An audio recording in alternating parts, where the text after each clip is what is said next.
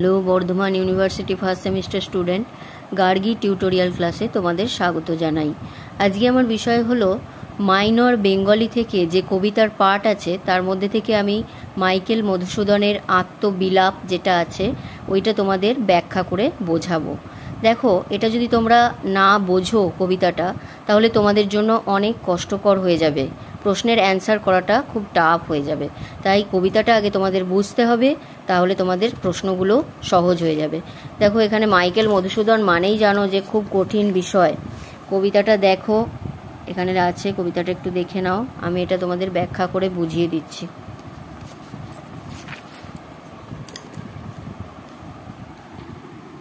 দেখো, এখানে আছে, আশার ছলনে ভুলি কি ফল লোভিনু, হায় তাই ভাবি মনে।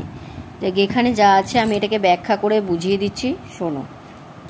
এখানে কবির যে ব্যক্তিগত জীবন, অভিজ্ঞতা এবং উপলব্ধি, আত্ম উপলব্ধি, তাই তিনি এখানে প্রকাশ করেছেন। কবি মধুসূদন তার আত্মবিলাপ কবিতায় বলেছেন আশা ছলনাময়ী। এখানে আশার কথাই তিনি বেশি উল্লেখ করেছেন। আমরা যে আশা করি এবং তার প্রত্যাশায় যে সমস্ত ঘটনা আমাদের ঘটে সেগুলো নিরাশার সামিল হয়, সেই সমস্ত ঘটনাই এখানে তিনি তুলে ধরেছেন। দেখো, এখানে কবির জীবনে যা ঘটেছে তা আশারূপে তিনি যেভাবে ভেবেছেন এবং সেগুলো কিভাবে তার নিরাশায় পরিবর্তিত হয়েছে সেগুলোই তিনি এখানে ব্যাখ্যা করেছেন। আচ্ছা, দেখো বলছি, দেখো, কবি মধুসূদন তার আত্মবিলাপ কবিতায় বলেছেন আশা হচ্ছে ছলনাময়ী। সেই আশার ছলনায় ভুলে কবি যে ফললাভ করেছেন সে কথা ভেবে কবি খেদ প্রকাশ করেছেন। তারপরে দেখো, সেকেন্ড প্যারার এখানে বলেছেন, কবি বলেছেন নদীর যেমন ধীরে ধীরে, নদী যেরকমভাবে ধীরে ধীরে এগিয়ে যায় তেমনি আমাদের জীবনও কিন্তু ধীরে ধীরে কালো প্রবাহে এগিয়ে চলেছে। তাকে ফেরাবার সাধ্য কিন্তু কারোর নেই। ফলে বয়সের সঙ্গে সঙ্গে শরীরের ক্ষয় হবেই, আর এটা জেনেও কবি আশার নেশা থেকে কিন্তু মুক্তি পাননি। তাহলে এই যে এখানে আশার নেশা, এটা কিন্তু খুবই ইম্পর্টেন্ট লাইন, এখান থেকে প্রশ্ন আসবে। আচ্ছা, পরের প্যারায় চলে যাচ্ছি। দেখো, এখানে নিরাশ স্বপ্ন যেটা বলেছে ওখান থেকে বলছি। আচ্ছা, এখানে আর একটা লাইন আছে যৌবনের কথা যেটা বলেছে। দেখো, জীবনের উদ্যানে তোর যৌবন কুসুম ভাতি কতদিন রবে। এই প্রসঙ্গে ব্যাখ্যা করতে গেলে বলবো যে কবি বলেছেন যৌবন চিরস্থায়ী নয়, মুহূর্তেই বুদবুদের মতো। যেমন তার রঙিন অস্তিত্ব মিলিয়ে যায়, তেমনি ঘাসের উপর যে রৌদ্র তেজ সেটা পড়লেও কিন্তু শিশির বিন্দুও কিন্তু শুকিয়ে যায়। এখানটা দেখো দেয়া আছে যে নির্বিন্দু দুর্বাদল নিত্য কিরে ঝলমল, কে না জানে অম্বু বিম্বু অম্বু মুখে সদ্য পাপন্তি নাকি একটা আছে। যাকে দেখো, এটার মানে হচ্ছে কবি বলেছেন যে যৌবন চিরস্থায়ী নয়, মুহূর্তেই বুদবুদের মতো তার রঙিন অস্তিত্ব মিলিয়ে যায়, তেমনি ঘাসের উপর যে রৌদ্র তেজ সেটা যদি পড়ে তাহলে শিশির বিন্দুও কিন্তু শুকিয়ে যায়।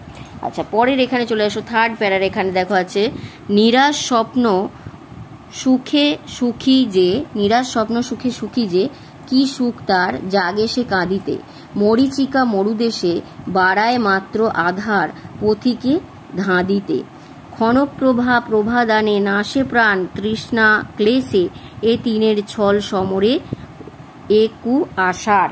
তাহলে এখানে সবই আশার কথাই বলা হচ্ছে।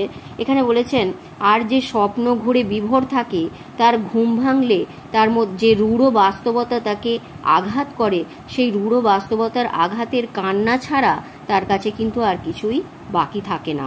আর যেভাবে মরীচিকা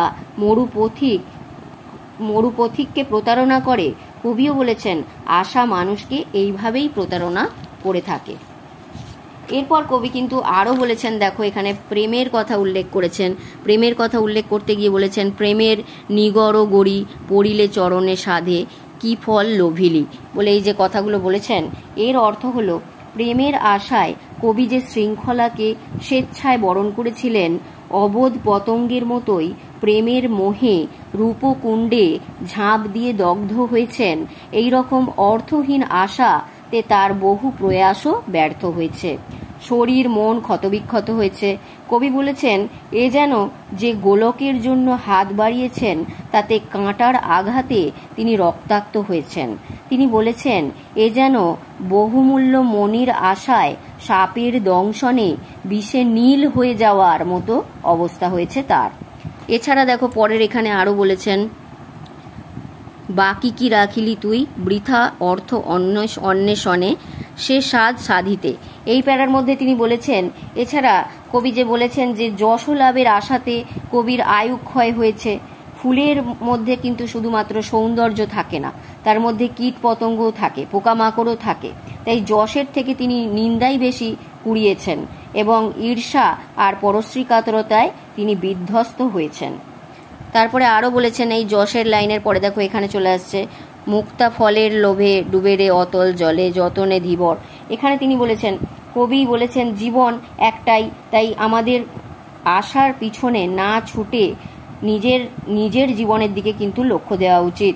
আসলে তিনি বলেছেন, আশার মোহে যেভাবে আয়ুক্ষয় করেছেন, জীবনের অমূল্য সময় অপচয় করেছেন, তাতে কবির আত্মবিলাপ করা ছাড়া আর কিন্তু কোনো গতি ছিল না। এই প্রসঙ্গে তিনি বলেছেন, এই যে কুহুকিনী আশাকে তিনি কুহুকিনী বলেছেন, এই কুহুকিনী আশার ছলনায় কবি যেভাবে ব্যর্থ হয়েছেন, সেই অনিবার্য পরিণতিতে তিনি কোনো দিনই এর থেকে মুক্তি তার আর ঘটবে না। তাই কবি সেই অসহায়তাই এই কবিতার ছত্রে ছত্রে নিরাশার সঙ্গে ব্যক্ত হয়েছে। এটাই গেল তোমাদের আত্মবিলাপ যে কবিতাটা মধুসূদন দিয়েছেন সেটার বর্ণনা। এটা যদি তোমরা জেনে রাখো তাহলে আশা করছি তোমাদের পরবর্তী যে কোশ্চেনগুলো করতে অনেক সুবিধা হবে। ওকে, বাই।